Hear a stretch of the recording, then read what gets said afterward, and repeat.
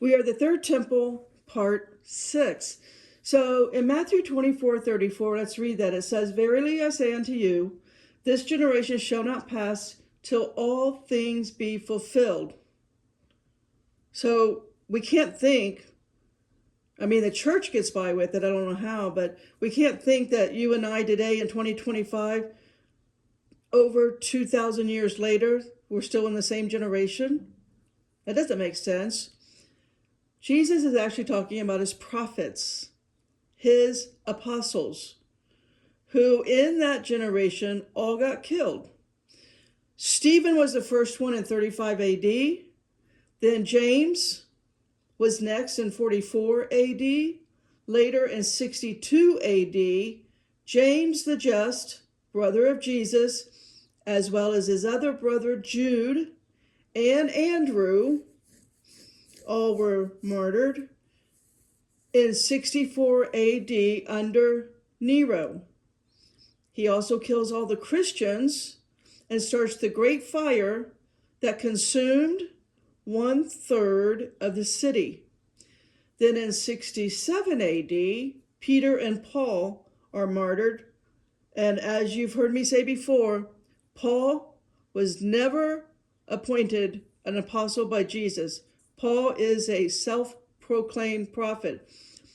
Did he write some wise words? Well, I do pray the prayer that he wrote in Ephesians 1:17. But do I follow the bigotry of Paul? No, I do not. I don't bother to read much of Paul at all. If you can read the history between Peter and how many times James tried to stop Paul and Peter hated Paul. That history is there. You can read it. Let's see. One of the best ones I think on that is Eusebius, Origen, Clement of Rome, and even Clement of Alexandria. They all wrote on it. It's all there. Anyway, then in 68 AD, Luke, the disciple, Apostle Luke, was crucified, as well as Bartholomew was beaten and crucified in Armenia. Mark is also beaten and tortured to death in Egypt. Again, all of it was prophesied in Matthew 23:32-36. That 40 year was recorded by many historians that I've already talked about. No other time on all planet Earth. It truly was the apocalypse. Thank goodness. I don't think, because I know we're leaving the age of Pisces, that kind of evil will ever return. We are in Satan's little season. That's very unfortunate. But it's going to come to an end. It has a timeline. It is going to end. What you and I have been living through is the most, I guess I would say hidden, but absolutely the most evil. But in Nero's day, in Jesus's day, after he's resurrected, what these people went through was evil on the surface. Now it's all underground, but you know what I'm saying. Nothing new under the sun. This shall pass. So there is 3 men. You know how in Revelation everything is 1/3, 1/3, 1/3? All right. Again, you read the history on this, but there are 3, I guess I would call them false messiah, because they claim to be a messiah. They claim to be the return of Jesus. Those 3 men did a great deal to literally divide the people of Jerusalem into thirds. In other words, 1/3 of all of the people, it's estimated, I think I read, if I remember correctly, around 70 million at that timeline. 1/3 of that, let's say that it's 70 million, just to give it a number, but just so you know how big this is. 1/3 followed one man. So let me give you their names. So if you want to go look this up and study it for yourself. 1/3 followed the false teachings of John Levi. Another third followed the lies and prophecies of Simon Bar Giora, spelled Giora. And then the last third followed a man named Eleanor ben Simon. These men were the three tyrants calling themselves Messiah, and they had millions of people believing them and following them. I mean, thank goodness we don't have, I guess we have the church today does that, but this was a great divide. This was incredible when you go read about what they were saying. But they also had sorcery behind them. They also were able to perform all kinds of signs and wonders and miracles. I mean, they had all the demons on their side. They were able to perform. Just go look at what all of the sorcery that they were able to do. Today, that sorcery is called hopium. Thinking that a Savior is going to come and save us from all of this stuff, or we're going to be raptured away. Wrong. So, all of the prophecies of Jesus given to John in Revelation, he's only speaking to the Jews of the nation of Israel. So, again, don't read it in English. Take the time to read it in Greek and to read it in Aramaic if you want the truth. Or you can stay in that hopium and think that somebody's coming to rapture you. So when you do read it in Greek and Aramaic, you'll see it's about an end of an age and not the end of the world or the planet. All right, so the age of the Messiah, we don't know what the end date of that is. Can I just say? The early church founder, Clement of Alexandria, in 160 AD, gives a great account of the, if you want to read about it, the desolation of Jerusalem, and Daniel's timeline with that reign of the emperor in charge. I shouldn't say emperor. He became an emperor later, yes, but the warlord or the warmonger Vespasian to Otho and Galba and Vitellius. So the whole 3.5 weeks, right, written by Daniel, that was actually, it's not 3.5 weeks, it's actually 2,300 days from the abomination of Nero. Nero's reign lasted 6 years and 4 months. He held that office. Then it was a half week to Vespasian, and this is called the Year of Confusion, because there's 4 emperors, Otho, Galba, and Vitellius. Anyways, Matthew 24, 17 to 22 was exactly what happened. And it's still available, again, to read by Josephus and Eusebius on the over 100,000 people dead just from famine. The first thing that came along was famine. The same sword and the wild beast, okay, in Revelation talks about the wild beast, that happened also. It was their entertainment. In that day, the people with the mark, if they weren't sold, they were put into theaters for the wild beast. I don't know what they were other than lions. Maybe they were jackals. I don't know what all wild beasts can be caught in the Middle East. I didn't go look that up. Doesn't matter. It already happened. People were entertained by watching Jewish people torn to pieces by wild beasts. It happened. Thank goodness they're not going to unleash wild beasts in our neighborhoods, right? We should be happy about this stuff. I know what I'm saying is not welcome because there's no views on my videos. I'm still going to do it because one day the truth will come out and then maybe people will actually want to know what the history is. So everyone under 17 were sold into slavery. Yes, all the kids were marked and sold into slavery. And again, that number was roughly 97,000, just under Vespasian alone. Eusebius records there was hardly any flesh of the Jews left alive. Both he says home and abroad. I don't know how he knows about abroad, but that's what he says. In Matthew 24, Jesus mentions 3 times about the false Messiah. I just already gave you their names, right? We already covered who they were. But one time, Jesus talks on the false prophet, which are many, basically, demon-filled people who can produce magic. Just remember Jannes and Jambres, right? Pharaoh's magicians.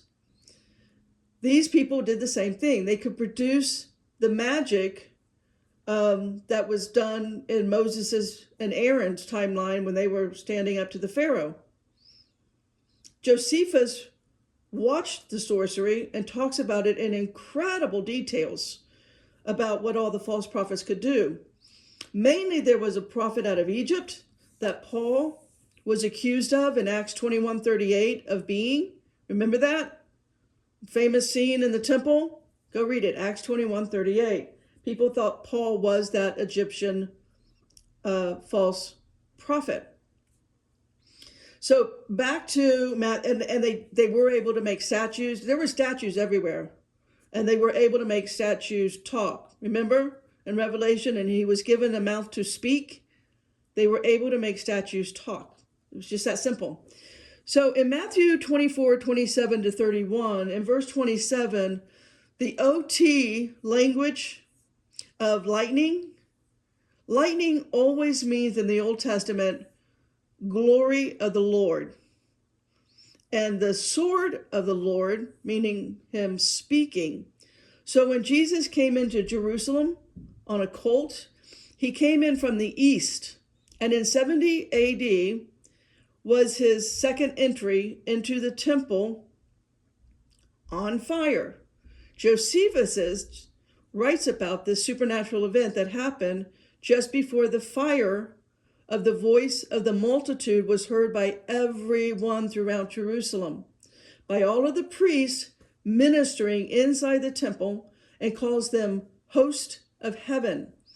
And during the feast of unleavened bread on 8 Nisan, on the 9th hour of the night, a light shone in around the altar in the temple, and it made everything to appear as daylight for a half an hour.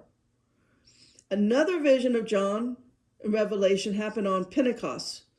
The Roman army blitzed on the northern and southern kingdom, Israel and Judah.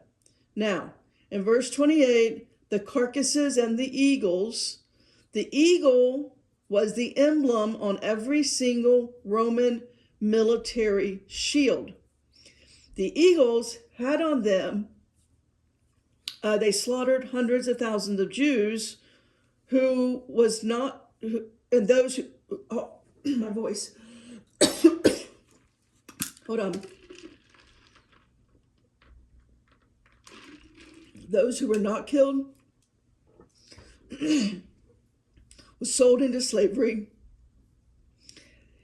And it left Galilee filled over, run with blood. Then Vespasian set fire to the city and all of the villas surrounding the city. Have to get more water.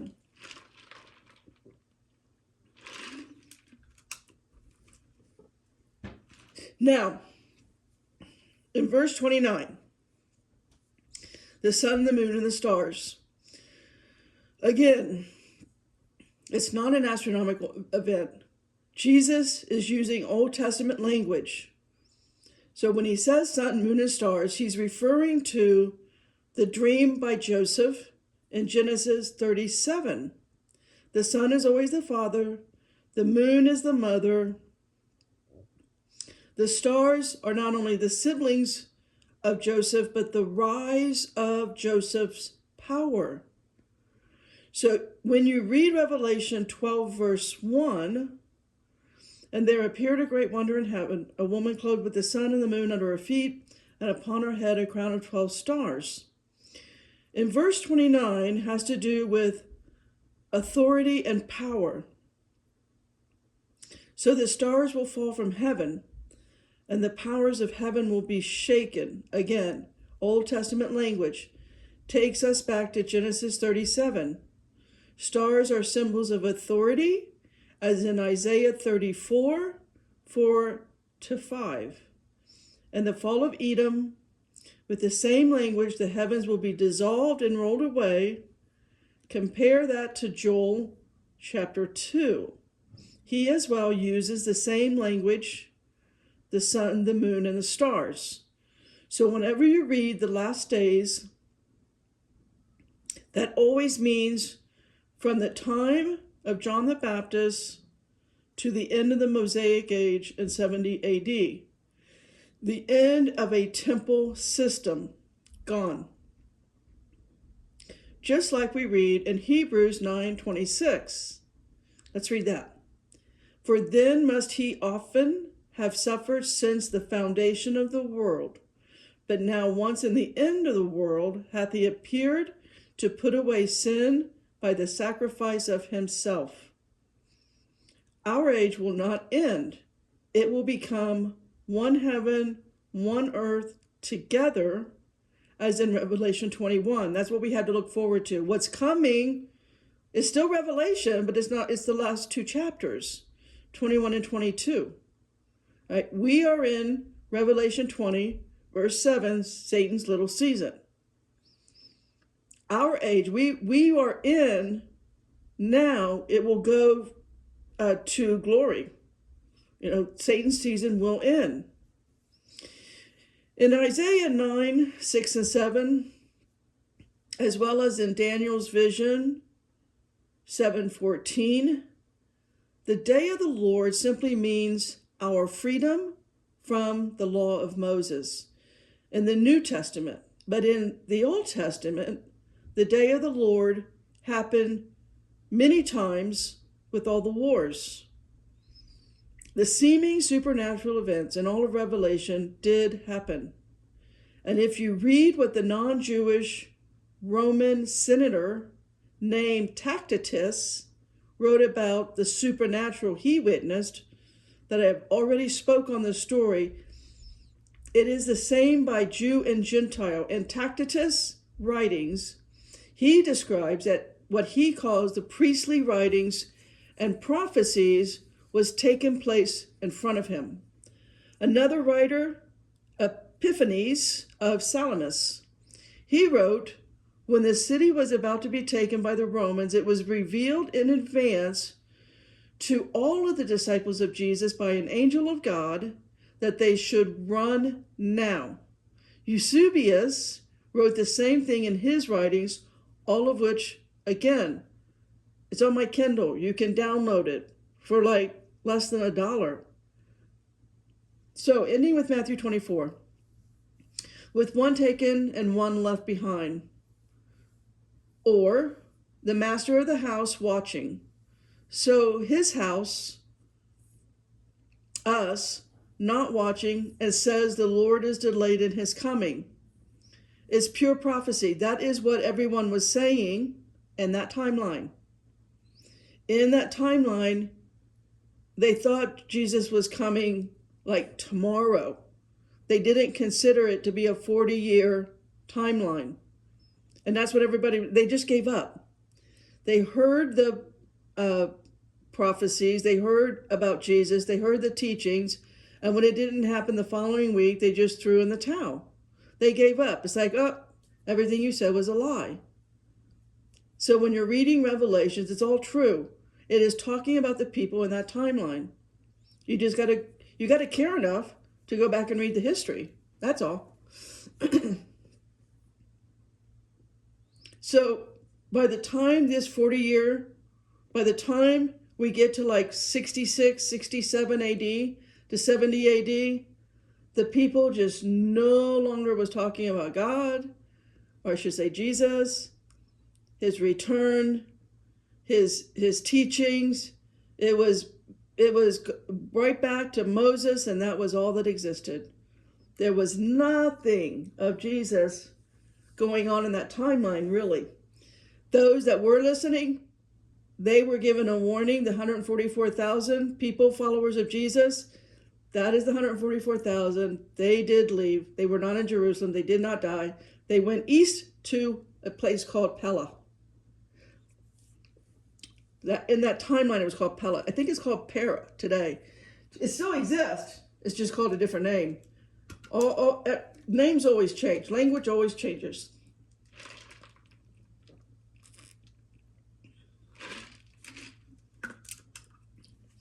So Rome came in.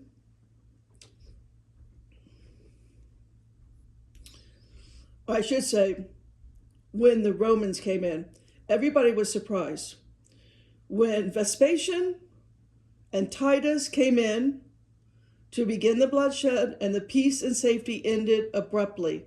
Literally, it was peace and safety, and 5 minutes later, it was over. It was the troops is estimated by Josephus's writings around 70,000. Can you imagine?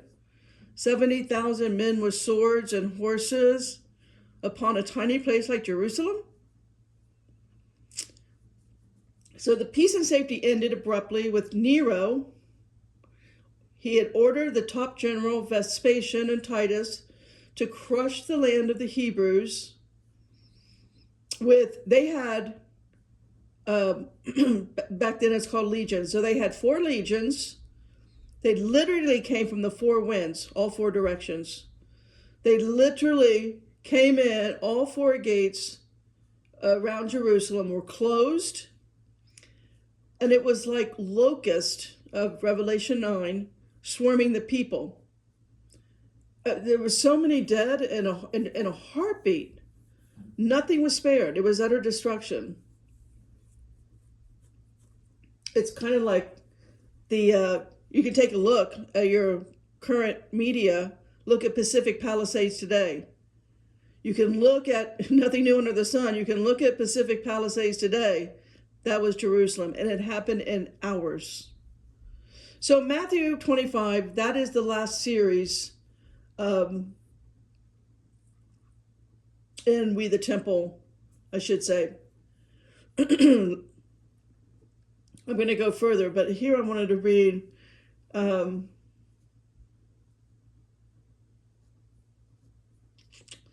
Matthew 25, 1-13 is talking about the virgins.